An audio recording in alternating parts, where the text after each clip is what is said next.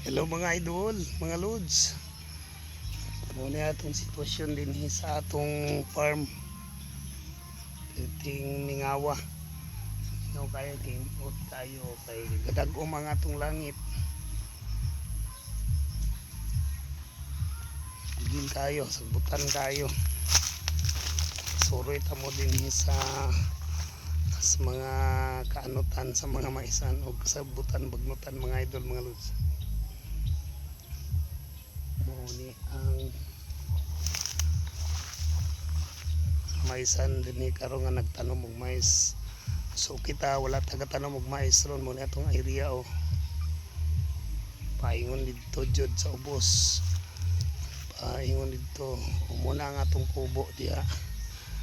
Dagang kay santol dagko na kayo. So karong timbunga sa santol mamunga ni siya. Tindagan ng bunga dili na maatog kaon. So ang uban natong mga kasikbit nagtanom sila og mais. Padlong ito dako ang ilang maisan, padlong dito. So ang uban nasa diri sa atong sikbit no. Ipatamnan natong mais sa atuang kababayan ang atong ubang area kay di katanom og mais karong nga season. Kitawag nila sa mga karag pangulilang. So wala taga pangulilang. Kinalit tagamay muna atong area. Dan. Paingon dito. Ubos. Muna atong area diri mga idol, mga kapopoys. Muna atong area diri mga kapopoys, mga idol. Yan. Timingawa lisod kayo sa mutag yun nga dagang kaig santol.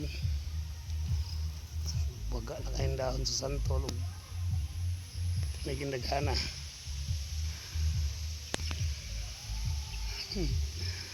Delikado na diri magabi, so kung di ka maanad mahadlok jud ka kay murag yun ay wakwak diri basta magabi na ay maligno. White lady matod pa nila naa daw diha sa pa magabi maglingkod white lady. Oh, ito na tao sa maisan. Tara. Nasaba-saba. Alright na itawin sumok sa maisan, no? Loud kay maiso. Ayan. Alright.